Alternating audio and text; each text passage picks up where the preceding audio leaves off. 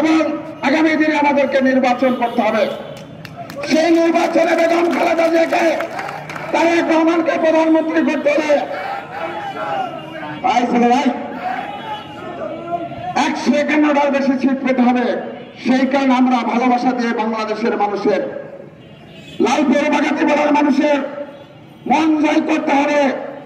বিগত দিনে বেগম খালেদা জিয়ার উন্নয়ন কর্মকাণ্ড স্তব্ধ হয়ে গেছে লালপুর বাগাতিপাড়াতে। আমাদের অনেক কাজ লালপুর বাগাতিপাড়ার মানুষের ভাগ্য উন্নয়নে কাজ করতে হবে, বেকার সমস্যার সমাধান করতে হবে, আমাদের রাস্তাঘাটের উন্নয়ন করতে হবে। আপনারা বিএনপি নেতা কর্মীরা চাঁদাবাজি করবেন, কত টাকা পাবেন? 10,000, 20,000, 50,000, 1 লক্ষ, সেই টাকা আমি দিব। কারো দোকানে হাত দেবেন না, কোথাও চাঁদাবাজি করবেন না। আর যদি কেউ এই কাজটি করেন তাহলে আমরা ধরে নেব সে বিএনপির শত্রু, সে দলের শত্রু। বেগম খালেদা জিয়ার সিদ্ধান্ত সে মানে না, তারেক রহমানের সিদ্ধান্ত সে মানে না। আমরা লালপুর বাগাতিপাড়া, আমি আপনাদেরকে কথা দিয়ে যাচ্ছি, বিএনপির নামে কেউ যদি কোথাও চাঁদাবাজি করে, আমার নাম্বার 24 ঘন্টা খোলা থাকে।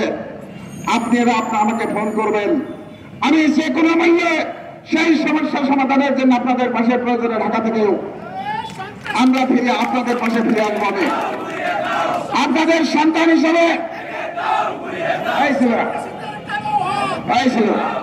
আপনাদের সন্তান হিসেবে অত্যন্ত ভারাক্রান্ত হৃদয় বলতে চাই, আপনাদের সন্তান আমাদের নেতা ফজলুর রহমান পটলের আজকে মৃত্যুবার্ষিকী।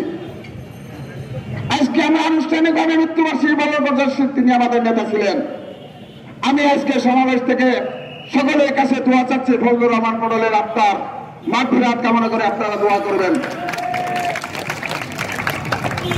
আমরা গণতান্ত্রিক রাজনীতিতে বিশ্বাস করি, আমরা সাম্য রাজনীতিতে বিশ্বাস করি, আমরা ঐক্যের রাজনীতিতে বিশ্বাস করি। আমরা সকলে ঐক্যবদ্ধভাবে এই অঞ্চলের মানুষের ভাগ্য উন্নয়নে কাজ করব। আপনাদের সন্তান হিসেবে আমি ক্ষুদ্র একটা মানুষ, ঢাকার রাজপথে প্রত্যেকটা গণতান্ত্রিক আন্দোলনে জীবনের ঝুঁকি নিয়ে থেকেছে। আগামী দিনে লালপুর বাগাতিপাড়ার মানুষের ভাগ্য উন্নয়নে সেই ঝুঁকি আমরা নিব, আমি নিব। আপনাদের এই বিনিময়ে আমাকে কিছু দেওয়া লাগবে না। আমি লালপুর বাগাতিপাড়ার বিএনপি নেতা কর্মীদেরকে